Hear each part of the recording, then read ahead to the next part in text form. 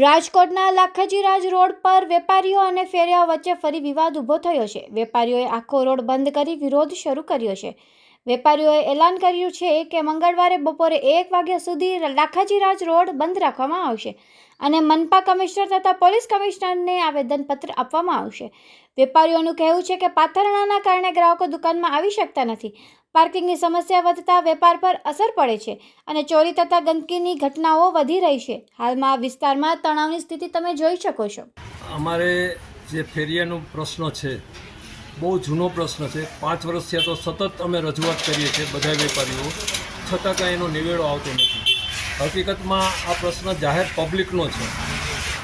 રવિવારે એટલી બધી બજાર તંગ થઈ જાય છે કે આપણે હાલીને પણ આપણી દુકાને પહોંચી ન શકીએ ને આવારા તત્વો જે ફેરિયા ભેગા આવી જાય છે એને લીધે દર રવિવારે ઓછામાં ઓછા 20થી 25 મોબાઈલ અને પર્સની ચોરી થાય છે, જેની નોંધ પણ લેવાતી એ ડિવિઝનમાં બંધ કરી દીધી છે, કારણ કે એટલું બધું ઘર્ષણ વધી ગયું છે।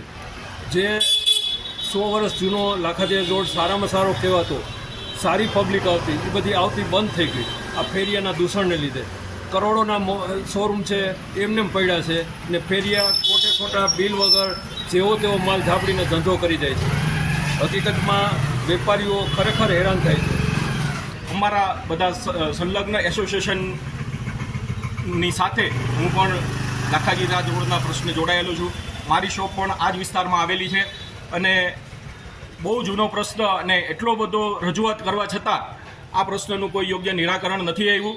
માટે ફરીથી એક વખત લાખાજીરાજ રોડના તમામ વેપારીઓ એમની સહી અને ફોન નંબર સાથેનું એક આવેદનપત્ર મંગળવાર તારીખ 23ના રોજ મ્યુનિસિપલ કમિશનરને આપવાનું છે। તમામની સહમતિથી, તમામ વેપારીઓની સહમતિથી સાંગણવા ચોક ખાતે ધરણા પણ આપશું અને ધરણા બાદ કોર્પોરેશન કમિશનરશ્રીને ફરીથી એક વખત રજૂઆત કરી અને આ લાખાજીરાજ રોડના દબાણનો પ્રશ્નનો ઉકેલ આવે। અને અમારી માગણી પણ એવી છે કે આ વિસ્તારને નો ફેરિયા ઝોન જાહેર કરવામાં આવે અને અહીંયા કાયમી પોલીસ બંદોબસ્ત પણ ગોઠવવામાં આવે, આવી અમારી પ્રખર માગણી છે।